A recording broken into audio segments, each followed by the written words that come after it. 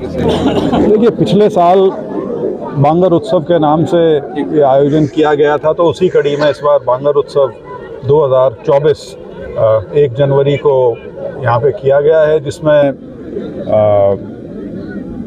ये किसी प्रकार का राजनीतिक मंच नहीं है। इसमें पूरे इलाके के लोगों को निमंत्रण है और अलग अलग तरह की चीज़ें हैं। जहाँ अभी हम बैठे हैं यहाँ पे सारी खेल कूद से जो संबंधित चीज़ें हैं वो हैं, रस्साकशी है, दौड़ है।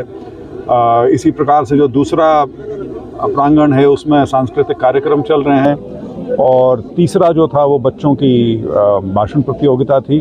तो इस नाते एक प्रयास है कि हमारा जो ये इलाका है इसमें लोगों में एक चेतना आए अपने इलाके के प्रति, और अपने इलाके की संस्कृति, उसके इतिहास और उसके जो बाकी जितने भी आयाम होते हैं एक सार्वजनिक जीवन के, लोगों को उसके बारे में जानकारी मिले। और सबसे बड़ी बात तो ये है कि एक इस तरह का मंच जब होता है, लोग आपस में आके मिलते जुलते हैं, और ख़ास तौर पे जिस तरह के प्रतियोगिताएं हैं, तो ख़ास तौर पे आप देखेंगे कि महिलाओं की जो भागीदारी है वो बहुत देखने में भी अच्छी लगती है, और एक नई चीज़ है इलाके के लिए। तो पिछले साल ये शुरू हुआ था और उम्मीद यही है कि एक एनुअल इवेंट बन जाएगा। हर साल ये आयोजन किया जाएगा, जिसमें लोगों की भागीदारी और आने वाले समय में और बढ़ेगी।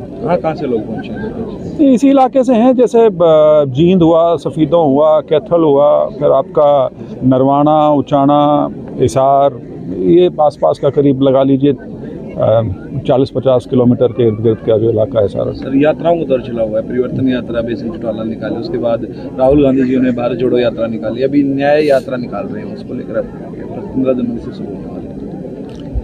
अब देखिए, वो तो ये चीज़ें तो समय बताता है कि किस चीज़ का असर हो रहा है या नहीं हो रहा। हरियाणा में जो यात्राएं निकली उसका तो हश्र जो हुआ वो आपके सामने है। भारत जोड़ो यात्रा का एक बार लगता था कि प्रभाव हुआ है, लेकिन अब जिस प्रकार से नतीजे आए हैं तो ऐसा नहीं लगता कि वो कि राजनीतिक तौर पर ज़्यादा प्रभावशाली हो पाई हो।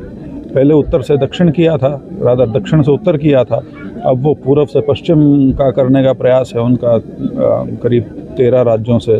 तो उनकी कोशिश है। बाकी ये ज़रूर है कि अब इन जिन प्रदेशों में से वो यात्रा निकलेगी वहाँ कांग्रेस की स्थिति जो है बहुत ज़्यादा कमज़ोरी की है। तो देखते हैं किस प्रकार का रिस्पांस मिलेगा। सर, इंडिया गठबंधन की कई बात चल रही है, सारी पार्टियां एक तरफी हो रही, क्या लग रहा है, क्या कारण है, इसलिए ऐसा किया जा रहा है? नहीं, देखिए, जितनी भी पार्टियां हैं जो इंडिया गठबंधन में आई हैं वो सारी वो हैं जिनको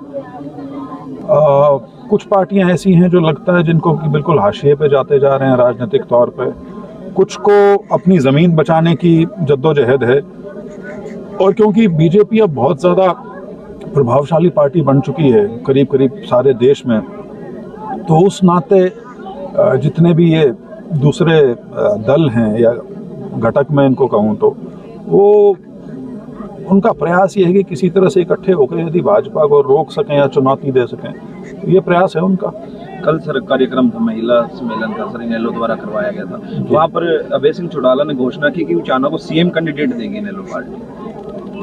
उचाना का जो भी अब इसमें क्या तो मैं जवाब दूं। अबे चौटाला जी कौन है ये कहने वाले सीएम कैंडिडेट देंगे? मतलब इनेलो पार्टी का सीएम कैंडिडेट, इनेलो का एक एमएलए 90 में से। तो मतलब मैं ये चीज बहुत बार कहता हूँ कि गप की कोई सीमा होनी चाहिए, और हम उसको इस प्रकार से सवाल पूछ के उसको तरजीह देंगे तो वो भी ठीक बात नहीं है। दोनों बड़ी पार्टियों में से कोई कहे तो बात समझ में भी आए। अब एक एमएलए की पार्टी है, उचाना में कोई वजूद नहीं है। मेरे को ये भी ध्यान नहीं पिछली बार उनकी वोट कितनी आई थी।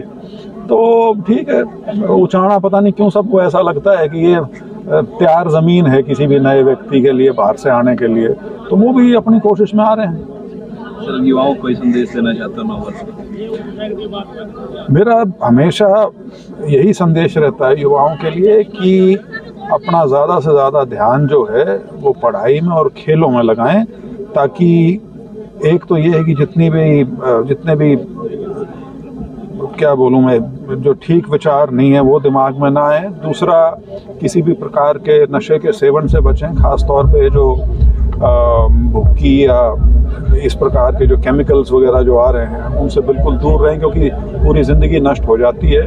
और मैं ये ज़रूर कहना चाहूँगा युवाओं से, क्योंकि एक नया चलन चला है जो अब हरियाणा में ख़ास तौर पर इस इलाके में भी पिछले 2-3 साल से काफ़ी व्यापक स्तर पे नज़र आना शुरू हो गया। वो है जो लोग जवान बच्चे जो ख़ास तौर पे गैर कानूनी तरीके से विदेशों में जाने का एक प्रयास कर रहे हैं, इस गलतफहमी में कि वहाँ उनको कोई बेहतर जीवन उनके लिए इंतज़ार कर रहा है। उन सभी युवाओं से मेरा अनुरोध है कि यदि आपने विदेश जाने का मन बना भी लिया है तो पूरी अच्छी तरह से जानकारी लेकर, और जो स्थापित लोग हैं या एजेंसीज़ हैं सिर्फ उनके माध्यम से इस चीज़ में जाएं। और मेरा तो सरकार से भी अनुरोध रहेगा कि इस चीज़ को स्ट्रीमलाइन करें, कोई सरकार का एक ऐसा तंत्र बनाएं जो ये इंश्योर करे कि जो बच्चे बाहर जाएं, पहली चीज़ तो ये कि वो ठीक तरीके से जाएं, जो एजेंसीज़ हैं वो बाकायदा रजिस्टर्ड हों, सरकार के कंट्रोल में हों, और